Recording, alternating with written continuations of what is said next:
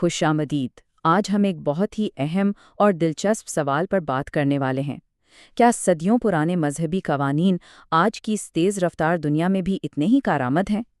تو آئیے شریعت یعنی اسلامی قانون کے اسی چیلنج کو سمجھنے کی کوشش کرتے ہیں کہ ایک دائمی ضابطے کو جدید دور کے ساتھ کیسے ہم آہنگ کیا جائے۔ تو سب سے بنیادی سوال یہی اٹھتا ہے، کیا اسلامی قانون وقت کے ساتھ بدل سکتا ہے؟ کیا یہ کوئی پتھر پر لکیر ہے جو کبھی نہیں بدل سکتی، یا اس میں اتنی لچک ہے کہ یہ ہر دور کے تقاضوں کو پورا کر سکے؟ چلیں اس سوال کی گہرائی میں اترتے ہیں۔ اس پوری گفتگو میں ہم 5 اہم پڑاؤ سے گزریں گے۔ سب سے پہلے شریعت اور جدید دور کا سوال، پھر عقل اور وحی کی حدیں کیا ہیں، اس کے بعد اجتہاد اور تشکیل نو کا بہت اہم فرق، پھر کچھ عملی مثالیں دیکھیں گے، اور آخر میں بات کریں گے کہ آگے کا راستہ کیا ہے۔ تو آئیے شروع کرتے ہیں پہلے حصے سے، شریعت اور جدید دور کا سوال۔ یہ وہ بنیادی کشمکش ہے جہاں سے آپ کہہ سکتے ہیں ساری بحث کا آغاز ہوتا ہے۔ دیکھیے، اصل چیلنج ہے کیا؟ ایک طرف ہے وہ اصول جو ہمیشہ کے لیے ہیں، اور دوسری طرف ہے ایک ایسی دنیا جو ہر لمحہ بدل رہی ہے۔ نئی ٹیکنالوجی، نئے سماجی ڈھانچے، ایک عالمی معیشت، ان دونوں کے درمیان توازن کیسے قائم کیا جائے؟ یہی وہ سوال ہے جس کا جواب آج ہم تلاش کر رہے ہیں۔ اس سوال کا جواب ڈھونڈنے کے لیے چلیں تھوڑا پیچھے چلتے ہیں۔ 18ویں صدی کے عظیم مفکر شاہ ولی اللہ دہلوی نے عقل اور وحی کے اس پیچیدہ رشتے کو سمجھنے کے لیے ایک بہترین فریم ورک فراہم کیا تھا۔ آئیے دیکھتے ہیں کہ وہ کیا ہے۔ شاہ ولی اللہ نے اس بحث میں 2 انتہاؤں کی نشاندہی کی۔ ایک طرف وہ لوگ ہیں جو کہتے ہیں کہ شریعت بس مالک کا حکم ہے، اس کی حکمت پر سوال نہیں کیا جا سکتا۔ دوسری طرف وہ ہیں جو یہ مانتے ہیں کہ شریعت کو ہر حال میں انسانی عقل اور مصلحت کے پیمانے پر پورا اترنا چاہیے۔ یہ 2 بالکل مختلف سوچیں ہیں۔ لیکن شاہ ولی اللہ نے ایک درمیانی راستہ دکھایا۔ ان کا کہنا تھا کہ شریعت عقل کے خلاف ہرگز نہیں، لیکن جو حتمی اتھارٹی ہے وہ وحی کی ہی ہوگی۔ کیوں؟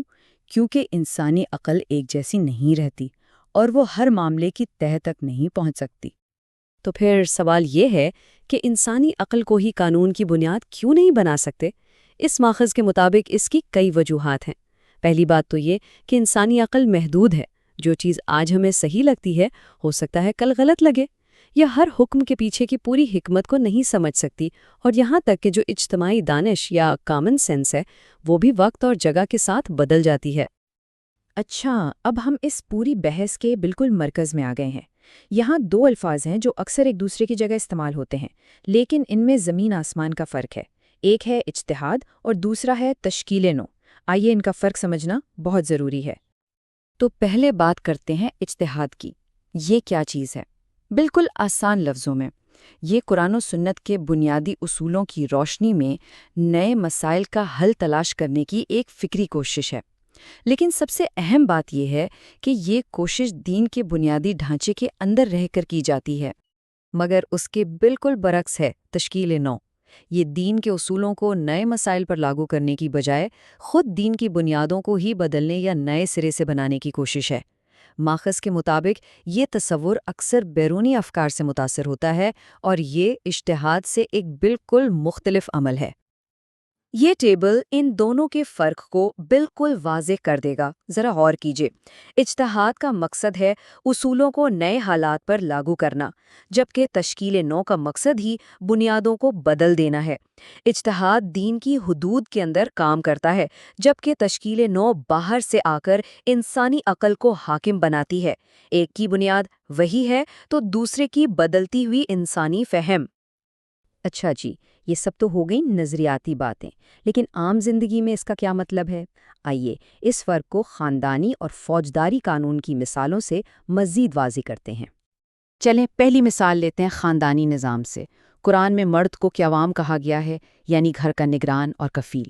اب یہاں ایک بہت بڑا سوال کھڑا ہوتا ہے، کیا یہ حیثیت ہمیشہ کے لیے ہے، یا یہ صرف اس دور کی عکاسی تھی جب معاشی ذمہ داریاں صرف مردوں پر ہوا کرتی تھیں؟ یہ آج کی ایک بہت بڑی بحث ہے، اور اس پوری بحث کی جو بنیاد ہے وہ قرآن کی یہ آیت ہے، الرجال قوامون علی النساء۔ تو اصل سوال یہ ہے کہ اس قوام ہونے کی وجہ کیا ہے، سماج یا فطرت؟